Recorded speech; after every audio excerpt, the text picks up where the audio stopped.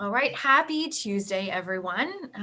It is 3 minutes to 10 o'clock, and I'm just going to give you all a few minutes to get settled, and then we will go ahead and start today's webinar. So we will talk to you shortly.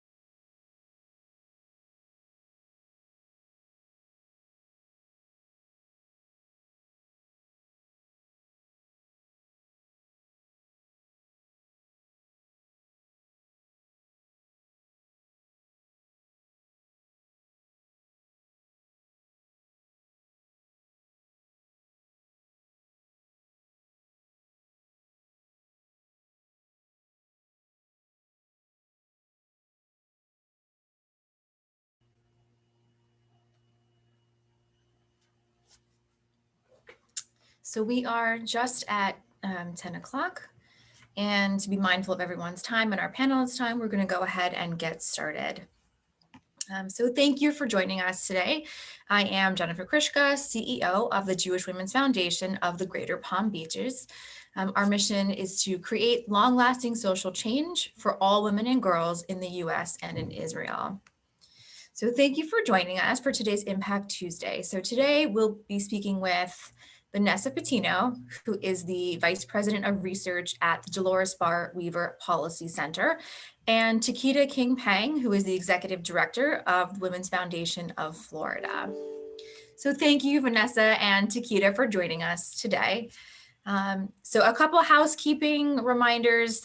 We love to take questions from attendees. So if you have a question you would like to ask about anything we're discussing today, please go ahead and use the Q&A feature, not the chat feature, but the Q&A feature. And I promise we will get to your questions.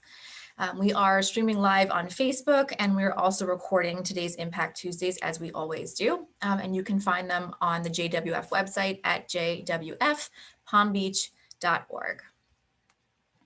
So Vanessa and Taketa, nice to see you again. Great to see you. Good morning. Yes, good morning. So thanks for being here for this wonderful discussion. So let's talk about a few things to give some context to today's conversation. So we are going to be talking about 3 research reports that the Florida Women's Funding Alliance commissioned from the Dolores Barr Weaver Policy Center. And these 3 reports are essentially the status of girls in Florida. And the first 2 are on the well-being of girls and then educational attainment in the state of Florida.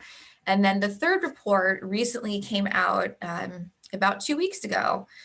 And this report offers some broad overviews of the first two reports and then also recommendations. So we want to go ahead and just share this really important information with everyone who is watching today, because we can't make any changes if we don't know what the real issues are. So we're going to go ahead and talk about that today. So Taketa is joining us as the professional who is working with the Florida Women's Funding Alliance.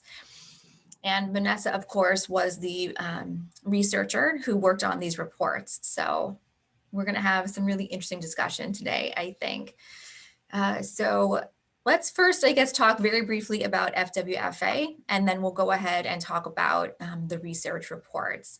So Taketa, do you want to share with us a little bit about FWFA? Absolutely. So FWFA is this coalition of women's organizations from around the state. We currently have a steering committee that makes up 5 organizations that are geographically placed around the state of Florida. And we've come together over the past years to raise money to commission the research that was the final report being released on the 14th of January. And the organization has been deep in strategic planning for the last year in deciding, now that we have these reports, what's the next step? Where do we go from here? And it was very, very clear. I think we were all on the same page in understanding that now that we have this information, we're armed with these statistics and figures to really take this powerful story to our legislative members, to our local elected officials, and in our communities, so that we can begin repairing the problems that are affecting the girls in our community. And I will say, in going through the most recent reports, it was just this sense of urgency of, oh my gosh, look what our girls are going through. And so FWFA, while we have been this organization commissioning research, is transitioning into a more advocacy-based role here in the state of Florida, right, in really working to bring our collective voices and our resources together to make sure that in every policy decision that's being made at the local, state, and federal level, that they're paying attention to the importance of how those policies are going to affect women and girls. A great example being right now in the middle of the pandemic, we know without a shadow of a doubt statistically that women and girls are suffering statistically at a much higher rate. They're having less access to resources and services that they need, basic things like food and housing. And so the work that we're doing now as FWFA is so important. And I'd almost say more important than I feel like it's been in my career, just with everything that's happening in the country around us. So that's a very broad, exciting overview. Thank you, Taketa. And I will say that currently I am one of the co-chairs of the steering committee. And if anyone is interested in learning more about FWFA or possibly joining FWFA, there is information on the Women's Foundation website. So we'll have Taketa put that in the chat box. That way you can reach out if you'd like to learn more. We certainly are looking for advocacy organizations, individuals, and really anyone who cares about women and girls in Florida to go ahead and get involved with us. So the more organizations that we have, of course, the stronger our voices. So thank you, Taketa. And then Vanessa, let's go to you and talk now a little bit more about the research. And also just as a reminder, so we actually did a Impact Tuesday a few months ago about the Dolores Bar Weaver Policy Center, and you can find those on our website. So if you're interested in watching that, please, I encourage you to go back and learn more about the Policy Center's wonderful work. So Vanessa, let's talk about the research reports. And can you just tell us a little bit about all 3 of them, and then maybe the methodology behind how you did the research? Sure, absolutely. So about 3 years ago, we embarked on really wanting to get a sense of, what is the status of girls? How are girls in Florida doing? And we wanted to really start with, okay, well, let's look at educationally. What are some of the educational attainment and barriers? So it's a series of 3 research publications, as Jennifer said, the first being educational attainment and disparities across the state. The second being the status of girls' well-being. And often we tend to look at, indicators of well-being and these outcomes like suicide ideation and, how many kids are dropping out of school, but we fail to really look at the context for that. So how did we get here, right? And what do we really need to understand? So our research strategy was really to get a sense, okay, what are these indicators? And we're really thinking about them as baseline indicators. Where do girls stand right now, or 2-3 years ago, as the data that we had, and what are they experiencing, right? So through all the surveys that are available that girls participate in, how are girls experiencing the settings and the places they are in? So how are they experiencing their homes? How are they experiencing their schools? How are they experiencing their communities? To give us kind of a broader picture. We were very intentional to make sure, because we know that not all girls are alike, and that depending on where you live in our state, things may look different, right? And so we were very intentional about disaggregating the data, not only by geographic location, by county, by school district, but also by race ethnicity, looking at the intersection of gender and race ethnicity, sexual orientation, where that data was available, and also just zeroing in on the populations of girls that seem to be falling further behind, what we would call the more invisible priority populations, the cohorts of girls. In general, there are some good things happening for girls.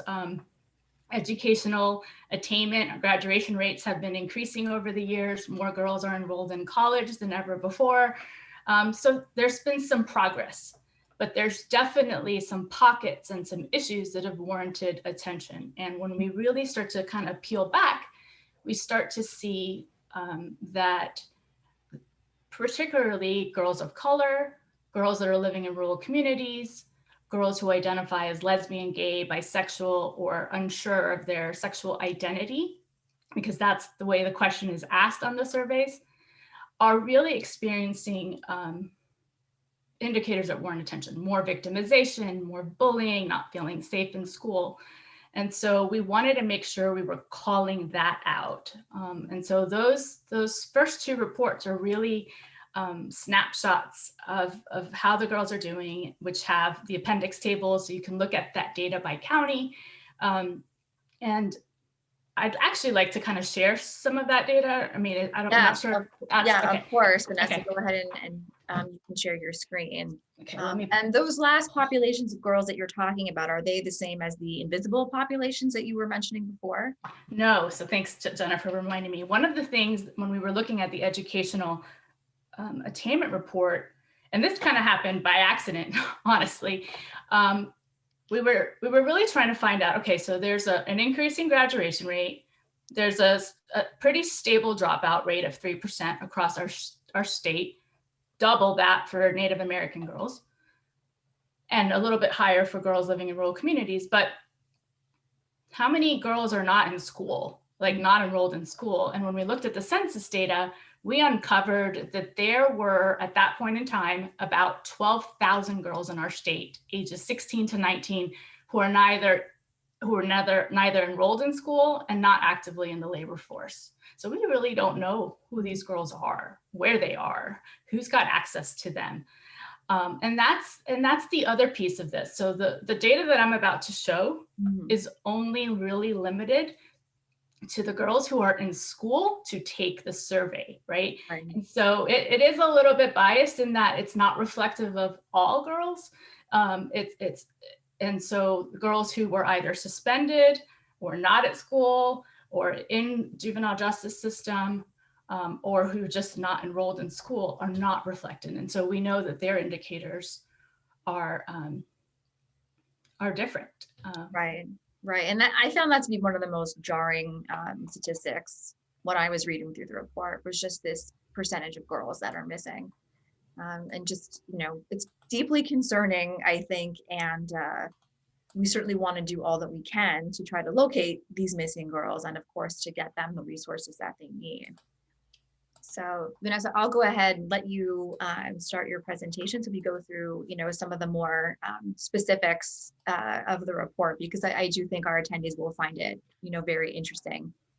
For those of you who are watching who have not yet been able to watch the report, you can also find that information on the Women's Foundation website on the FWFA page. So I do encourage you to read through the research. Yes, those reports are on our website as well. So, this is just an infographic. It's kind of a very quick summary of kind of what are some of the victimization and emotional well-being indicators that we're seeing. So you can see in terms of bullying, 2 out of 3 girls were in our state were reporting experiencing verbal bullying.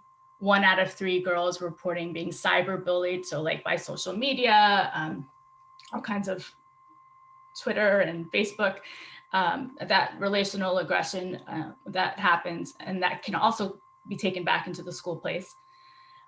Physical bullying, 1 in 3 girls. And then you'll see in terms of feeling safe at school, almost 1 in 3 girls reported not feeling safe in school. And what I found really interesting is that 1 out of 10 girls reported not going to school because they didn't feel safe. It's something that we really need to be paying attention to and really asking, why is it that girls don't feel safe? What is happening in that school environment that creates this feeling or this reality of not being safe? And we know from the research, particularly, that there are practices that happen in school where girls don't feel seen and they feel victimized, sexual harassment, bullying, just not feeling heard, feeling pretty invisible, as well as other practices like school uniform, hair policies that also contribute to an environment that doesn't feel fair or safe. You can see that 1 out of 8 girls in the study reported that they don't feel safe in their neighborhoods. And again, this varies widely based on geography and by race, ethnicity. 1 out of 10 girls reported having experienced forced sexual intercourse, rape, at this point in time in their life. So this would be high school girls reporting that at some point in their life, up to this point, they took their survey, they had experienced forced physical intercourse. And this was significantly higher among girls who identified as LGBTQ. And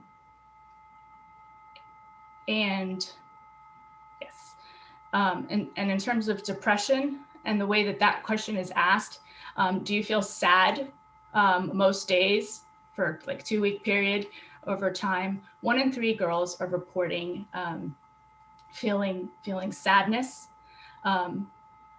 and 1 in 5 girls are reporting having suicidal ideation. And again, this was significantly higher among our LGBTQ population, where 1 in 3 were reporting suicide ideation. Sure. And so these girls are in 9th through 12th grade? So the bullying, the safe at school, the depression, and the suicidal thoughts are all actually middle and high school girls. So the survey, these are drawn from the Youth Substance Abuse Survey, which is administered by Department of Health in all of our school districts, with the exception of Taylor County, and to get a representative sample. So it's not just girls, it's boys that also take the survey. Okay. Okay, thank you. Yeah, these are definitely some pretty jarring statistics, especially I think when you see it like this in an infographic. Certainly the rape statistic is very, very unsettling. So, I'm glad that we have this information. And I know that we'll get to a little bit later, things that we can do to try to support girls and to improve their lives. One of the things I also wanted to call attention to is, in addition to just using the girls' survey data around their reported victimization, we cross-reference with lots of different sources, including Department of Children and Families, Department of Health, and really looking at Department of Juvenile Justice, really looking at what data is available to substantiate what's happening, right? And so when we looked at birth certificates in the state of Florida for girls who had babies for girls under the age of 18 who had had babies that previous year, we found that 10% of those birth certificates, or 10% of the births who had the age of father listed on the birth certificates actually fell within the statutory rape violation based on the age disparity between the age of girl and the age of father. And over 41% of the birth certificates actually didn't include the age of father at all. And the younger the girl was, the more likely that that age of father was not listed. And so it really is an opportunity for us to also change and look at our dialogue about how we talk about teen pregnancy and looking at the victimization and the coercion by these older men, older males, and how that also plays into some of the trends we see, so that we can begin to really talk about prevention and intervention and having the right services in place. The other thing that is just very prevalent in our state and has been going up every single year is the number of victims of sex trafficking, commercial sexual exploitation in our state. And I don't know that it's more prevalent today. I just think that we're doing a better job identifying girls and young boys who are victims of sex trafficking, where last year there were over 1,500 investigations in our state of children under the age of 18, the majority of which are female. I'm gonna stop sharing. Well, actually, I did wanna, for those of you who are interested in the not Right. safe in school, this is just like a visual map of like where girls kind of fall in. And you can see, so we're saying 1 in 3 girls don't feel safe. That's the average, but it's as high as 1 in 2. And those count some of those counties that are blue on the map. And for those of you who are local to West Palm Beach, you'll see that it is in the higher range. I believe it was actually, I don't have the number right in front of me, but it's on the lower end of the high, but still it's in the higher category. Right. Yeah, and then you'll see some of the counties where it's lower, and it's not 1 in 3. So it's just, and again, it's just the district. So that doesn't mean that at the very school level or community level, it could look different. And that's just additional work for us to do. One of the pieces for this particular finding that really bothers me is when we couple it with the fact that so few girls feel like they have a parent or a teacher or an adult that they can go to. Right. So when you look at both of those statistics side by side, the girls don't feel safe, they're being bullied, and then they also don't feel like there's anyone to support them. And that's so terrifying right now. Yes. Yeah, I absolutely agree. And I think that, for the programs that are like mentoring programs that we see, I think it just highlights why that's so important, for girls to have mentors and access to adults who are, considered like a safe person to go to outside of their family and even, unfortunately, their teachers. And Taketa and Jennifer, exactly that. That was another sort of, we kind of uncovered the populations and kind of who's falling further behind, who's the most invisible, who do we need to be paying more attention to. That is exactly it, that the girls who reported not feeling safe, the girls who were kind of failing out of school, the girls who didn't have access to a teacher at school and felt that they couldn't go to a parent for a personal problem, their indicators on everything, they were experiencing more sadness. They were using substances more. They felt like life was not worth it a lot more, or more likely to report the hopelessness. They were more likely to be suspended from school, and they were also more likely to experience bullying. And so it is absolutely all tied together. And the research and the literature supports that as well. And so we know that creating these supports and access to the kids or to the girls who are, as you both just said, is how do we do that? And I think that that's where our providers and our educators and our community-based programs and our service providers, our therapists, our parents, everyone has a role in this work. Yeah, no, absolutely. And I want to get to some of the recommendations that came out of the most recent report. So Vanessa, I don't know if you have a slide for that, or if you just want to call out, some of the key recommendations, or also Taketa, of course, because I know you've read the report. I mean, certainly for agencies and organizations that are service providers who are dealing directly with girls, I think, of course, this research is important and informative, because we would hope that they could maybe make some adjustments to their programming or their approach to address these specific data points. But I think, so much of what we're talking about are things that girls are experiencing in school, right? So I think a lot of the recommendations that we have to make and that we, need to pay attention to are for teachers, for, school administrators, even with the, security in school, all of those things, I think probably have to be looked at, because the girls do spend, such a huge percentage of their time in school. And if they don't feel safe in school, or they're being harassed or bullied or any of those things while they're in school, right? We really want to look at how we can work with schools, particularly public schools, I think, on having different resources or getting different kinds of trainings for educators, things like that.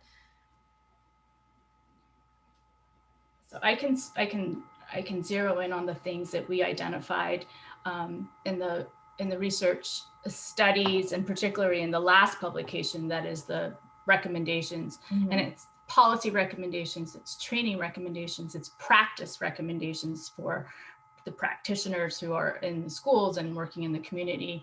And so to really zero in on the school piece, what we did is we took a nice look at the landscape of what are other jurisdictions and states doing across the country that is working really well, that we need to be looking at to bring to Florida.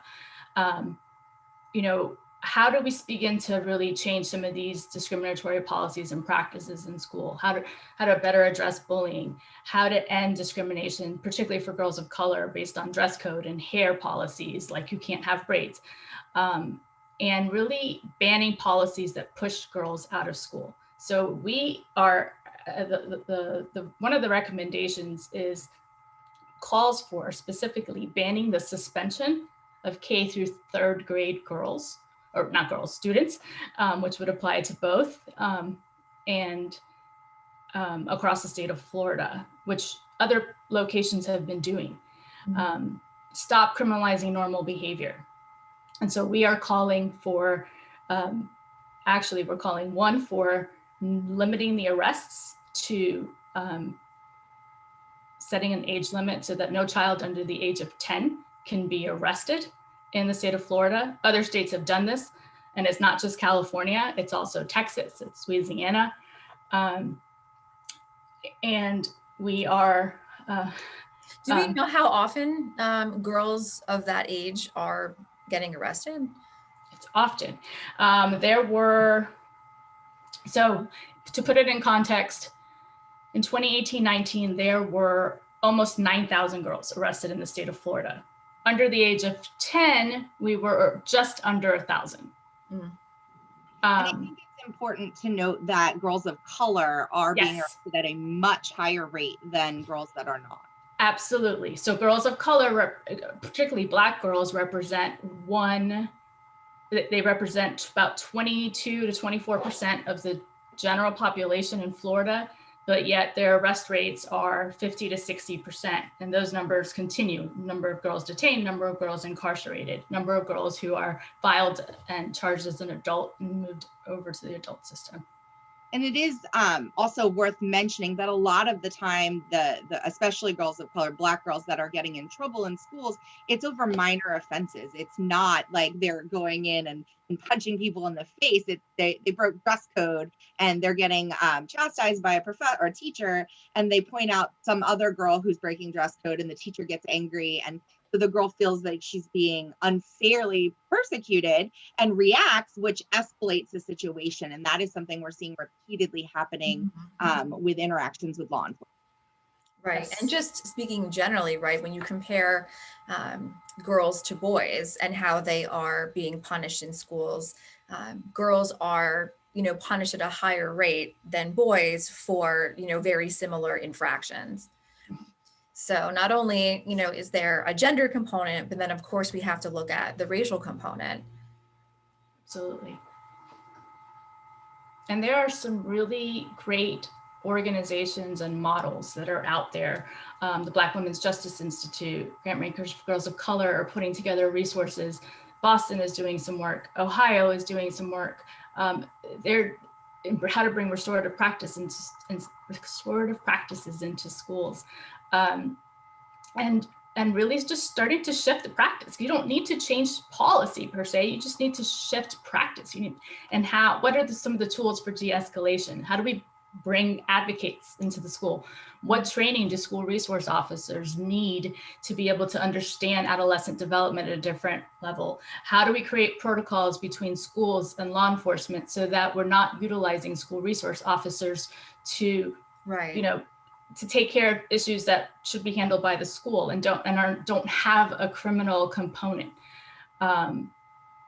And how do we, bridge some of those partnerships to bring more resources to schools? Because we really can't expect the schools and the teachers to take on everything. So how can some of our community partners provide some of those additional services and be partners to support all of our children? Right. And I would say definitely including mental health resources. Yes. Is, a huge part of that. Yes. We are actually, one of the policies that we're calling for is the components of the school safety bill that did not pass last year to bring additional school counselors into the schools and to have those partnerships and supports to invest in community-based programming to keep really kids out of the juvenile justice system. Because if we're really responding early, then there's no need to use the juvenile justice system as the mental health provider. Right. Right, sure. Are there other specific policy recommendations that have come out of the research, particularly, statewide policy? So one of the things, I think, Jennifer, you mentioned it earlier, and Taketa, you did as well, is, when we embarked on this research, we were looking at data from 2017, 2018, 2019. This was way before COVID, right? And so the pandemic in and of itself, we know has had a grave impact on our children, many who are still home and not in school. And so there is an urgency, there really is an urgency to really understand how much have their emotional well-being indicators been impacted and continue to be, and for a long time because of COVID. And so one of the things from a policy standpoint is really calling for the release of children who are not a public safety risk from detention centers and lockup facilities, because the numbers in these facilities in terms of youth who are testing positive for COVID, as well as the staff, just continue to increase every week. So that is the other major policy recommendation that we're calling for, as well as really looking at the use of the Baker Act. And can you tell everybody what that is for people who may not know? Sure. So the Baker Act, also known as the Florida Mental Health Act, the Marchman Act, is the involuntary holding of a person, because it applies to adults as well, for 72-hour psychiatric hold, because they may be a threat to themselves or a threat to someone else. And so we're starting to see, or actually we've been seeing this for the last almost last decade, an increase in the use of Baker Acts, particularly in our schools or even in some of our community-based programming, where law enforcement is called, or whatever provider is doing the assessment. And where a lot more children than ever before are being Baker Acted. And I know a couple of years ago, it was 1 out of 5 total Baker Acts was a child under the age of 18. And there are not a lot of policies in the act itself around what are the notifications that need to happen for parents. Is there an age for when a child should be Baker acted or could be Baker acted and held in that space, because we know that just that aspect itself could be traumatic. And what is the impact on Sure. that? Yeah, absolutely. So teachers can Baker Act a student without parent approval? I don't know that the teacher, well, the school administrator, whoever makes decision on for that school or the school district or whoever works on behalf of calling, but it's actually the law enforcement officer or whoever does the assessment that makes the determination to do the Baker Act. But no, as of right now, there is no process that notifies the parent that the child has been Baker acted until they're taken. Yeah, I mean, that seems very surprising and disturbing, especially I have to say as a parent. I find that very disturbing to think that, theoretically someone in my child's school could just decide to involuntarily, essentially commit them without, my approval or even my awareness. So Taketa, you're the queen of advocacy. So I want to, kind of get some thoughts from you, and also looking at within the context of FWFA, and you had mentioned at the beginning that we are starting to shift really into more of an advocacy space, now that we have all this great research. And also I want to point out FWFA had commissioned the Institute for Women's Policy Research to do a series of reports called The Status of Women in Florida. And so there actually are several reports about that, which you also can find on the Women's Foundation and the JWF website. And so now that we have this, pretty comprehensive or at least robust body of research, both on women and girls in Florida, we're now looking as FWFA, what can we do with this research and how can we start to change policies or behaviors or raise awareness around these various issues. So I just, Taketa, would love for you maybe to speak to that a little bit on, what you think would be good next steps moving forward. Absolutely. So in going through the report, there's two pieces of legislation that were in the legislative session in 2020 and that are likely being brought back here in 2021. And I think they're a great starting point because there are already bills that have been introduced and there are good pieces to them. Mm-hmm. So the one is the actual school safety bill that Vanessa had referred to. It was SB 740 last year. And so there are really good components in this bill that we can get behind and support, as Vanessa mentioned, specifically the increase of mental health counselors and professionals on campuses.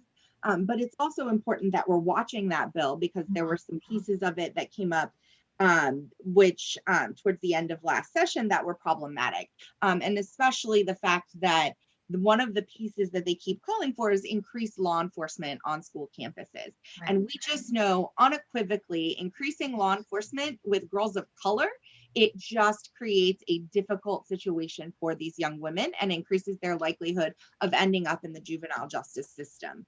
And so it's finding, making sure that we're watching that bill in the legislative session this year as it moves through. Session will be kicking off at the beginning of March. And as you know, there's only 60 days that our state legislature has to pass, change, or update laws. And so really paying attention to that particular bill, I think, is important because not only increasing services that are available, but making sure that we're not increasing pieces that would harm girls further. So it's just kind of that dual-edged sword. But also you mentioned the arresting young girls, and there was the Kaya Roll Act sponsored by Keone McGee in the last session, and I believe it's coming back this session. But it's a 6-year-old girl was arrested, a 6-year-old. I can't even wrap my head around that and the absurdity of that. And so first of all, the bill didn't pass last year, and I think they tried to amend it in a couple different places. But I think this should be a priority this year. Like, we shouldn't be arresting toddlers. I mean, in my mind, a 5-year-old is a toddler. They're brand new to life, and we're arresting them for minor infractions, which affects them for the rest of their lives. And that's the piece, I think, especially in the juvenile justice side of it, is really looking at who are we punishing, who are we putting in detention centers, because not only is it affecting them right then and there in their mental well-being, their physical well-being, they're going to be behind in everything in their regular life, school and whatnot as well, but also just knowing what those long-term effects can be in their lives, whether it's, being put into the juvenile justice system or a detention center.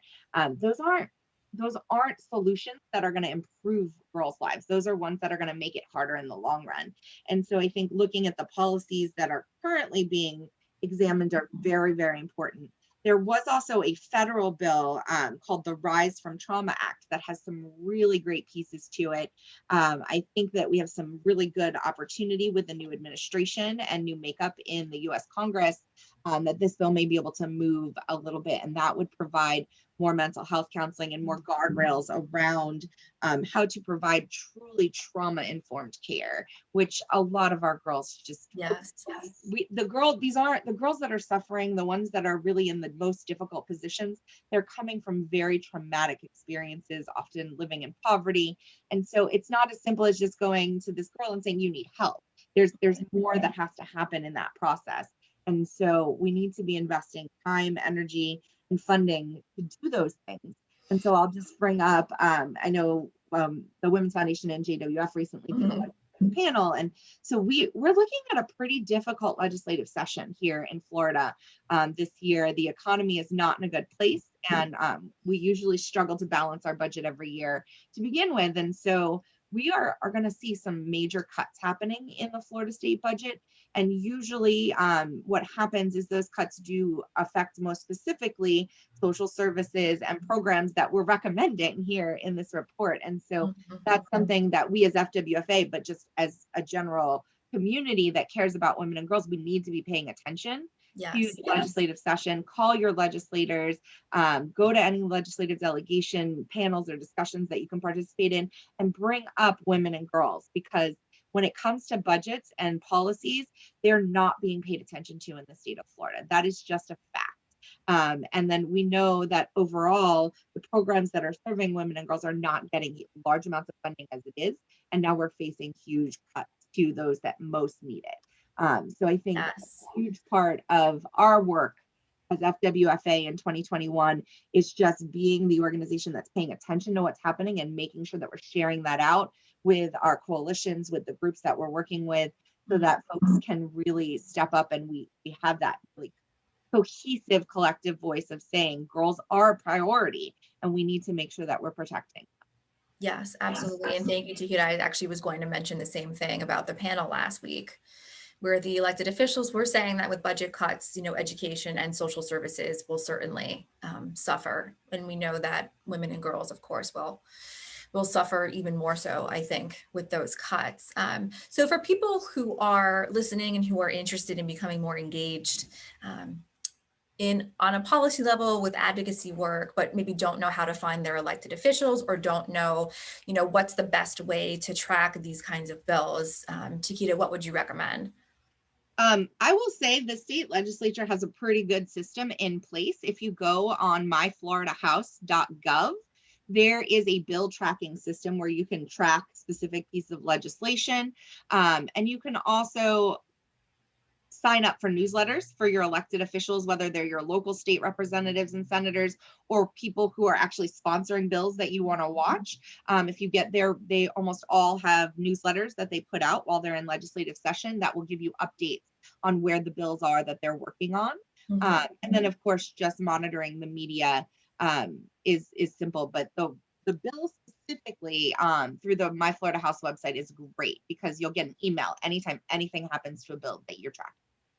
Right. And you also can search for bills based on keywords, right, and subject areas. So if you want to find a bill about domestic violence or education or, any issue that you're interested in, right, you can search by issue and it'll pull up bills that are related to that.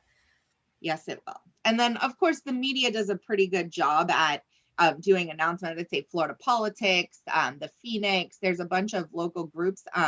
I usually use Safety Review. It's a website that compiles all of the local newspapers in one place. So you can see all the headlines. And so right now we're in that process where all of the legislators are filing their bills officially and they're doing announcements. So you're getting lots of like, hey, this bill was filed. And so it's a great time to just kind of be paying attention to see what's coming up out of those announcements. Yes, and I know FWFA will certainly be convening other panels and other educational opportunities moving forward around advocacy work. So certainly, again, if you're interested in being a part of FWFA, if learning more about how you can take action based on any of the research from these research reports, again, go to the Women's Foundation website, which Taketa put in the chat, and submit, there's a form you can fill out that will alert us to the fact that you're interested, and we'll certainly follow up with you. Because again, we want as many organizations, individuals, funds, elected officials as possible to participate in this work and to really, truly make girls and women a priority in Florida.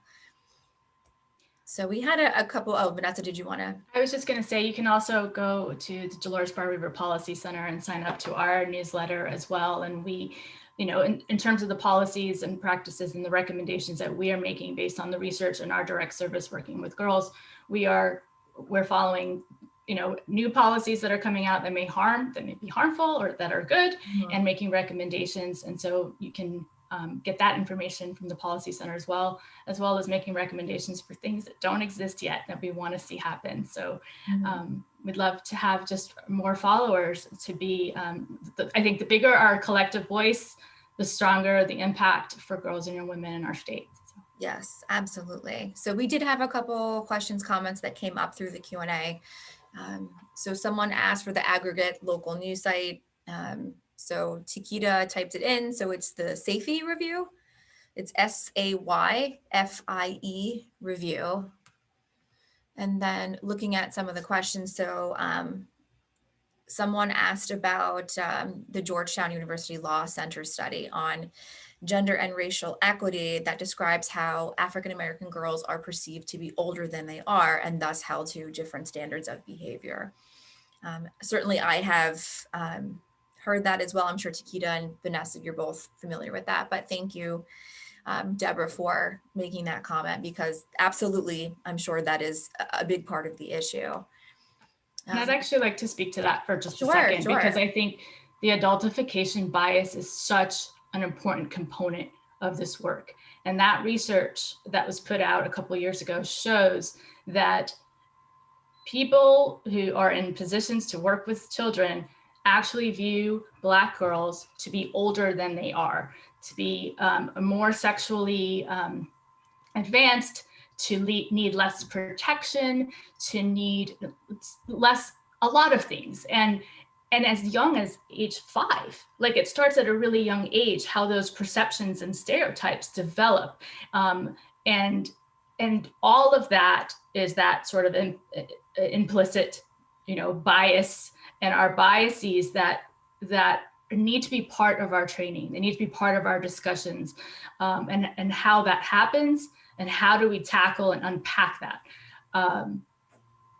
and use that research to really build on our work, build on our trainings, our brainstorming, our community briefings, just everything that we're doing. And I'd love to see the media actually picking more of that up.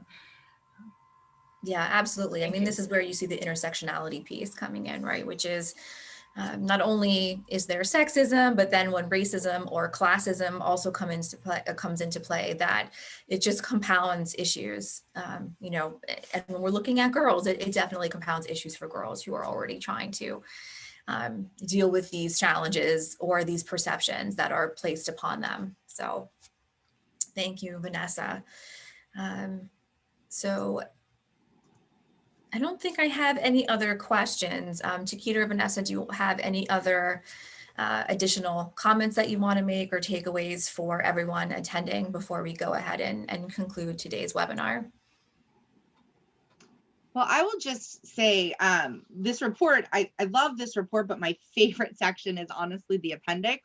It's just such a wealth of information of different policies from not just Florida, but around the country that can be implemented here locally or here in Florida that would improve the general state for women and girls. And so I highly suggest, if you're looking at this report, to I mean, most people don't say read the appendix, but I'm going to say like that is such a great place to just find more information of more things that you can do, whether it's as an organization or as an individual. And some really great ideas, I think, that will get you thinking of other opportunities for your local communities as well. Thank you, Taketa.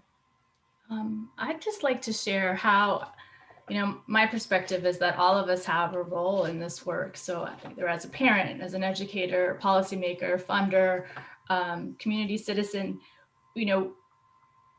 and so this research is all great and good. And the recommendations give us a place to start.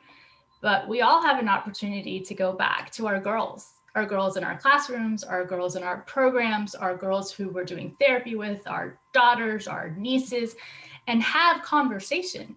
What does this mean to you? How do you interpret this? Is this relevant? What are we missing?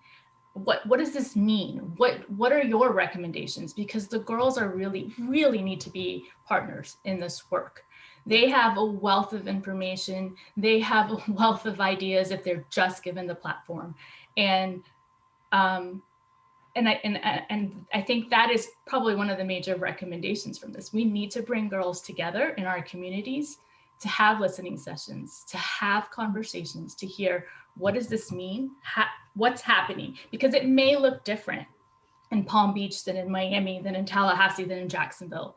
And it may look different for a girl who identifies as LGBTQ versus a girl of color, or a girl of color who is LGBT, right? And so what do we need to be constantly paying attention to? Right. And the girls are going to be the best source. They are the best source. So. Yes, absolutely. So we did have another question come up from Deborah Bussell. And so she's asking, what further area or areas do we think need to be researched?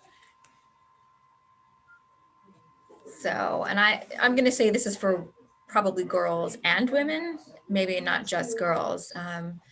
So I know in the first reports that I mentioned before on the status of women in Florida, we covered quite a lot: health, education, poverty, employment. I'm not sure what else I'm missing in there, but those reports are they're pretty comprehensive, I think. But of course, now with COVID, I know that many organizations are tracking information about women and girls during the pandemic. And of course, the pandemic is still going on. Even though it's 2021, we're still obviously living under COVID. So she's asking also, do we think, would it be, I guess, a good idea to also have some kind of longitudinal study on the effect of the pandemic on women and girls? So I would say yes. I would absolutely agree. I would say yes wholeheartedly, because, and longitudinally. So if elementary aged girls and middle school girls and high school girls, at the point of intervention of this pandemic, or this thing, that a life event, right? What is going to be the impact on education, on health, on safety, on housing?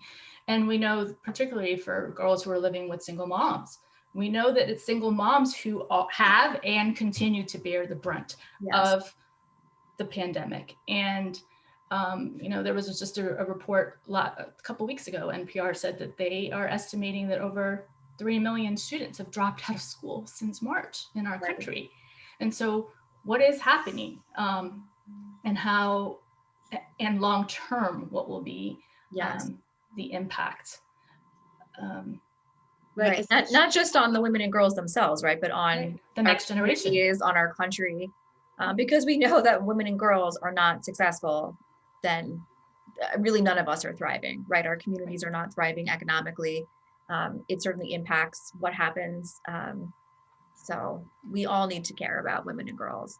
And I think specifically for women, what we saw, there's actually been recent reports that have come out. I think it was Forbes that released it, that shows women are leaving the workplace because of the balance of homeschooling your children, of working from home, like all of the different pieces, and then the lack of real paid leave for women, or people in general in the United States of America, we've seen this mass exodus of women just leaving the workforce. And I think it's really important for us as organizations that care about women to be tracking what that's going to look like, because they're estimating it could set all of the progress we've made in getting more women into the upper echelons of business and government. And we can see that moving backwards with this mass exodus from the workforce. And so I think that's important to also pay attention to, and definitely warrants looking into further as we move forward out of this pandemic. Yes, absolutely. We know that when women are dropping out of the workforce, they're clearly then not going to be advancing to senior level positions. It's going to affect their retirement and what they're able to contribute to their retirement. So, you know, the effects are, it's a huge ripple and they are significant. So yes, absolutely, Taketa, I totally agree with you. So again, you know, if this is something that you care about and you are interested in learning more, I encourage you to fill out the FWFA interest form on Women's Foundation website and get involved with FWFA. We have to work together, and I do think that all of this is really critical and not something that we can just brush under the rug or minimize the impact. So thank you again, Vanessa and Taketa, for joining us. Vanessa, do you want to give everyone the Policy Center website so they can learn more about your organization?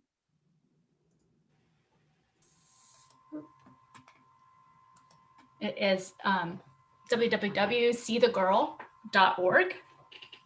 And if you go to the research to action, thank you. If you go to the research to action site, you'll see all of our reports that you can download, executive summaries, full reports that are there for you. Yes, thank you. And Taketa, yours is in the chat. And if you'd like to learn more about JWF, please go to our website at jwfpalmbeach.org. So I thank you, Vanessa, Taketa. I know we'll continue to be working together for probably many, many years, as we know that these changes are not going to take place quickly. And again, of course, the pandemic has set us back. But I really appreciate the work that both of you are doing and that your organizations are doing to move girls and women forward. And thank you to everyone who watched today. Again, this is being recorded, so you can watch it on our website. I hope that everyone is healthy and continues to stay well. So take care, and we'll see you soon.